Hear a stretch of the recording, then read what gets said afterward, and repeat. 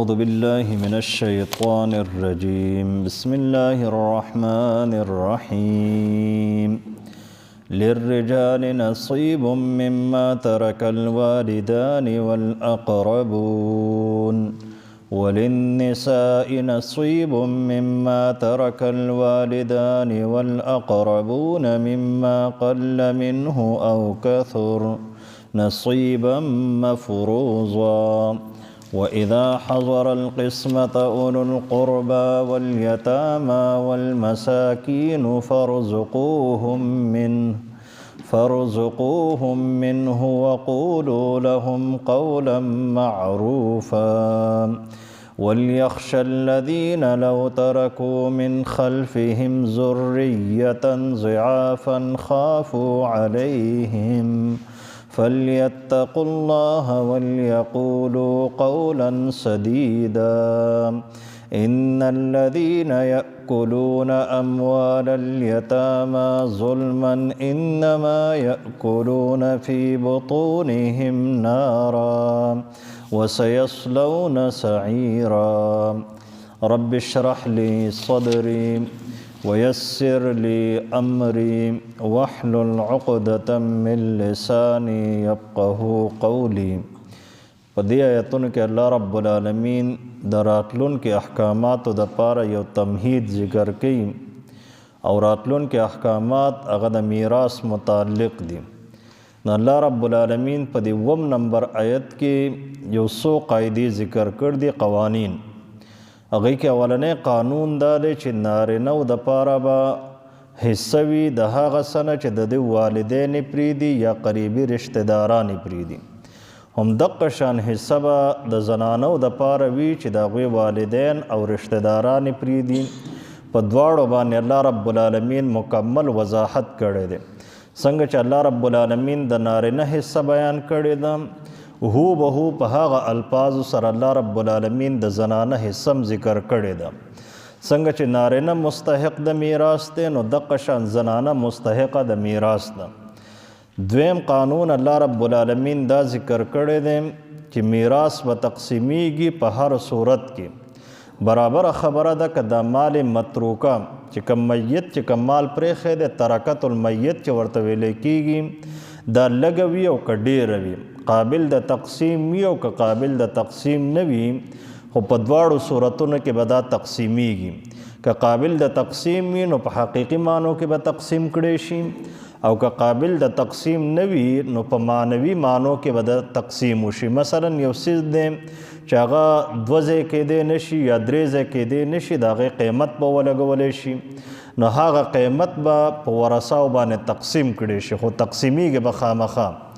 او دریم قانون دا دی چې دا حصې الله رب العالمین مقرر کړي دي، نو په هغې کې به کمې زیاتې نه کېږي. نارینه دپاره هم الله رب العالمین حصه متعین کړ ده، تفصیلات به مخکې راشي.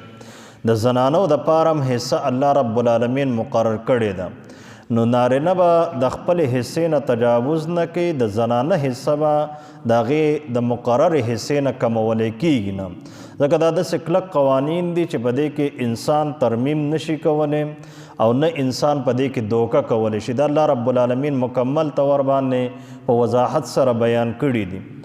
دغه شان د 4مه خبره چې الله رب العالمین هم په دې آیت کې ذکر کړی ده چې په هغې باندې د میراث دارومدار دی، نو د هغې حاصل دا دی چې میراث همیشه د قریبي رشتهدار نه وړلی کېږي. هر انسان چې مړ شي نو د هغه نه میراث نه وړلی کېږي، بلکې میراث به د هغه چا نه وړلی کېږي چې منځ کې رشته موجود وي. نو د هغې خلاصه دا ده چې انسانان چې کله د یو بل نه میراث وړي، نو اولنۍ خبره په دغه تمهید کې او په دغه خلاصه کې به دا وي چې کله انسان مړ شي د ده نه چې کوم مال پاتې شي، نو د میراث او د علم المیراث په اصطلاح کې هغې ته ترکه وایي. ترکت المیت یعنی هغه مال متروکه چې پرېښودلی شوی دی د مړي نه. نو دغه مال سره فوراً چې دی نو هغه 5 حقوق ترتیبوار هغه متعلق کېږي. اولنی حق چې دی نو هغه د میت د دغه مړي تجهیز او تکفین دی. تجهیز او تکفین کې د قبر خرچم راځي، د قبر چې څومره اخراجات دي، د غسل چې څومره اخراجات دي، د کفن دفن چې څومره اخراجات دي، هغه به راځي په دې کې. تجهیز او تکفین به په کم انداز کېږي، نو فقهاو د دې وضاحت کړ دی چې درمیانه انداز باندې به کېږي. او کفن کې به هغه کپړې استعمالیږي چې کوم عام طور باندې دغه انسان په ژوندانه باندې استعمالوله. که د اعلی کپړه استعمالوله نو اعلی کفن به ورله ورکولی کېږي، که د درمیانه کپړه استعمالوله نو درمیانه کپړه به ورله ورکولی کېږي. دویم نمبر حق چې دی نو هغه قضاء الدیون ده. قضاء الدیون دې ته ویلی کېږي چې د ده باندې د چا قرضه موجود ده، د هغه قرضې اقرار کوونکي موجود دي، اسباب موجود دي، ګواهان موجود دي، نو لهذا هغه قرضه به د کل مال نه ورکولی کېږي. مثلا د کل مال پرېښی دی 25 लाख روپۍ د پرېښي دي، په هغې کې مثال 1 लाख روپۍ چې دی نو هغه د په تجهیز او تکفین باندې خرچه راله، بیا 24 लाख روپۍ پاتې شوې. په 24 लाख روپو کې په ده باندې قرضه موجود ده 4 लाख روپۍ مثلا قرضه پکې موجود ده، یا 9 लाख روپۍ قرضه موجود ده. نو 9 लाख روپۍ چې قرضه ترې ورکړی شو نو باقي مانده هغه پاتې شوې 15 लाख روپۍ.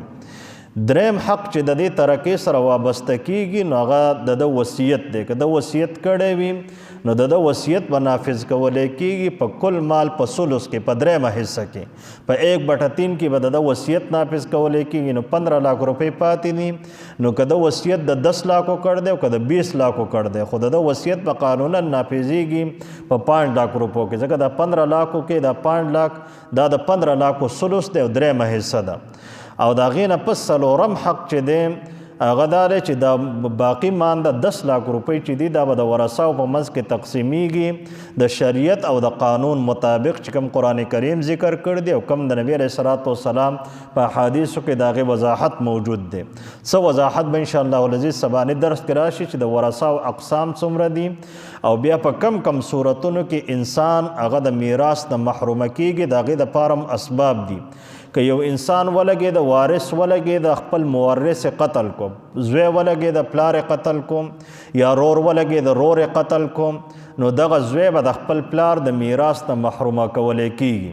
او دغه شان که رور ولګې د رور قتل کو نو رور به د رور د میراث نه محرومه کولی کېږي، ځکه قانون دا دی چې دی د یو څیز حاصلولو کوشش کوي مخکې د دې نه چې دی د هغې مستحق وګرځي، نو سزا به د ده دا وي چې دی به د هغه څیز نه محرومه کولی کېږي. او دا د فقهاو قانون دی چې من استعجل بشیء قبل اوانه عوقب بحرمانه، چې چا کوشش وکړو د یو څیز د حاصلولو مخکې د هغې د وخت نه، نو د ده سزا به دا وي چې دی به د هغه څیز نه محرومه کولی کېږي. نو قتل دا یو داسې سبب دی چې په دې سره وارث هغه د میراث نه محرومه کولی کېږي. دویم سبب چې دی نو هغه ارتداد دی. که په دې ورثاو کې یو انسان چې دی نو هغه مرتد شو، د خپل دین نه واوړېده، نو لهذا د ارتداد په بنیاد باندې به دی د وراثت نه محرومه کېږي. او دریم سبب چې دی نو هغه اختلاف د دینینو دی. لکه د پلار دین چې دی نو هغه پلار مسلمان دی او زوی چې دی نو هغه نان مسلم دی. نان مسلم برابره خبره ده چې په هر یو دین باندې وي، خو د اسلام نه هټ کر چې کم یو دین د اختیار کړی وي نو دی به د پلار نه میراث نشي وړی، پلار د ده نه میراث نشي وړی. او دغه شان څلورم سبب چې دی نو هغه رقیت غلامي ده. دا سبب خو نن سبا په زمانه نشته. او دغه اسباب دي چې د دې په بنیاد باندې انسانان چې دی نو هغه د میراث نه محرومه کېږي.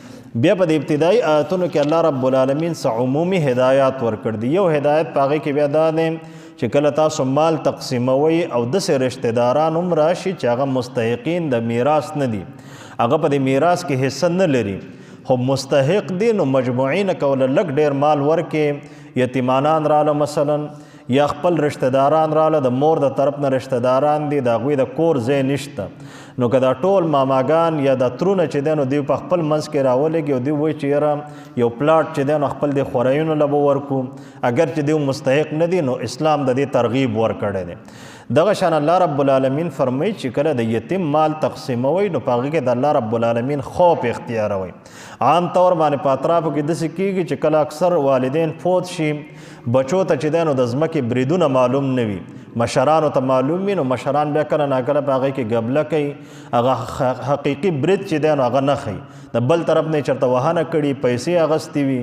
نو الله رب العالمین فرمایي چې د دې متعلق به د الله رب العالمین نه یره کې. نن خو د یو نه ماشومان پاتې شوي دي، د هغوی حقوق ستا په لاس کې دي، خو ډېره ممکنه ده چې سبا له ستا نه پاتې شي، نو ته به خپلو ماشومانو متعلق چې کوم سوچ ته کې، نو دغه سوچ د بل د ماشومانو متعلق به هم کې. او د یتیمانانو مال چې څوک ظلمن خوري نو یقینا دیو په خپلو خېټو کې اور اچي او ان قریب دیو به داخل کړي شي هغه اور ته چې هغه لمبو والا اور دی.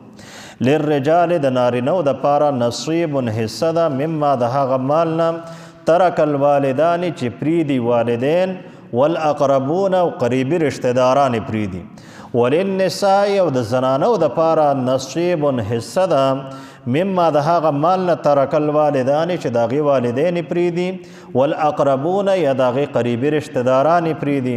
مما قل منه او کثره، دا مال کم وي او که زیات وي خو حصص به ورکولی کېږي. نصیبا مفروضا، دا حصه د مقرر کړی شوی د الله رب العالمین د طرف نه، سبا به د هغې تفصیل راشي. و اذا حضر القسمة، او کله چې حاضر شي د تقسیم ته، چې کله مال تقسیمیږي او په دغه دوران کې اولو القربه قریبي رشتهداران راشي، اگر چې قانوني طور باندې هغه مستحق د میراث نه دي. والیتامه، یتیمانان راشي. والمساکین، مسکینان راشي. فرزقوهم منهم، نو هغوی ته هم څه لږ ډېر غونته کې رزق ورکړي چې د هغوی په ګزاره روانه شي. وقولو لهم، او که رزق ورله نه ورکوئ، ستاسو مجلس ته راله دغه تقسیم دی کیفیت ته، نو وقولو لهم، وینا وکئ هغوی ته قولا معروف، په بهترینه وینا چې د هغوی زړونو ته پې تکلیف او درد ونه رسي. وليخشى الذین، او ودې یریږي هغه خلک لو ترکو من خلفهم، که چېرې دیو پرېږدي خپل شاته او رستو ذریتا اولاد ضعافا چې هغه کمزوري وي، نابالغه اولاد د خپل حق ورته معلوم نه دی، نو خافو علیهم، دیو به په هغې باندې خامخا یریږي. نو چې په خپل اولاد یریږي نو بل په اولاد باندې ویریږه، ستا اولاد ته به تحفظ میلاو شي. فلیتقوا الله، ویریږئ د الله رب العالمین نه. ولیقولوا قولا سدیدا، او وینا کوئ سده وینا، د حق مطابق وینا کوئ، رښتونې وینا. ان الذین، یقینا هغه خلک یأکلون چې هغوی خوري اموال الیتامه، د یتیمانانو مالونه، ظلما په ظلم سره. انما یأکلون فی بطونهم نارا، یقینا دیو اچي او خوري دیو په خپلو خېټو باندې نارن اور، د اور دا شغله هغه خپلې خېټې ته وراچي. وسیصلون سعیرا، وان قریب دیو به داخل کړی شي سعیرا هغه لمبوزن اور ته. للرجال، د نارینهو دپاره نصیب حصه ده مما د هغه مال نه ترک الوالدان چې پریښي وي والدینو، والاقربون او قریبي رشتهدارانو. وللنساء، او د زنانو دپاره نصیب حصه ده مما د هغه مال نه ترک الوالدان چې پریږدي والدین د دې، والاقربون او قریبي رشتهداران د دې. مما قل، د هغه مال نه قل کم وي، منه د هغه مال نه، او اکثره یا زیات وي. نصیبا مفروضا، دا حصه ده مقرر کړی شوي. و اذا حضر القسمة، کله چې حاضر شي د تقسیم ته اولو القربه قریبي رشتهداران، والیتامه یتیمانان، والمساکین مسکینان. فرزقوهم، نو هغوی ته رزق ورکړئ، څه حصه ترې ورکړئ، منه د دغه مال نه. وقولوا لهم قولا معروفا، او وینا کوئ دیو ته بهترینه وینا، د شریعت خوږه وینا. وليخشى الذین، او ودې یریږي هغه خلک لو ترکو که چېرې پرېږدي دیو من خلفهم د ځان نه رستو ذریة اولاد ضعافا چې کمزورې وي، نابالغه وي. خافو علیهم، نو دیو به خامخا په دغه اولاد باندې یره کوي. فلیتقوا الله، نو ویریږئ د الله رب العالمین نه. ولیقولوا، او وینا کوئ قولا سدیدا، سده وینا، رښتونې وینا. ان الذین، یقینا هغه خلک یأکلون چې مسلسل خوري اموال الیتامه، د یتیمانانو مالونه، ظلما په ناحقه باندې. انما یأکلون، یقینا دیو اچي او خوري فی بطونهم، په خپلو خېټو کې او په خپلو خېټو باندې خورئ نارن د اور شغلې. وسیصلون سعیرا، او ان قریب دیو به داخل کړي شي هغه لمبوزن اور ته. واخر دعوانا الحمد لله رب العالمین.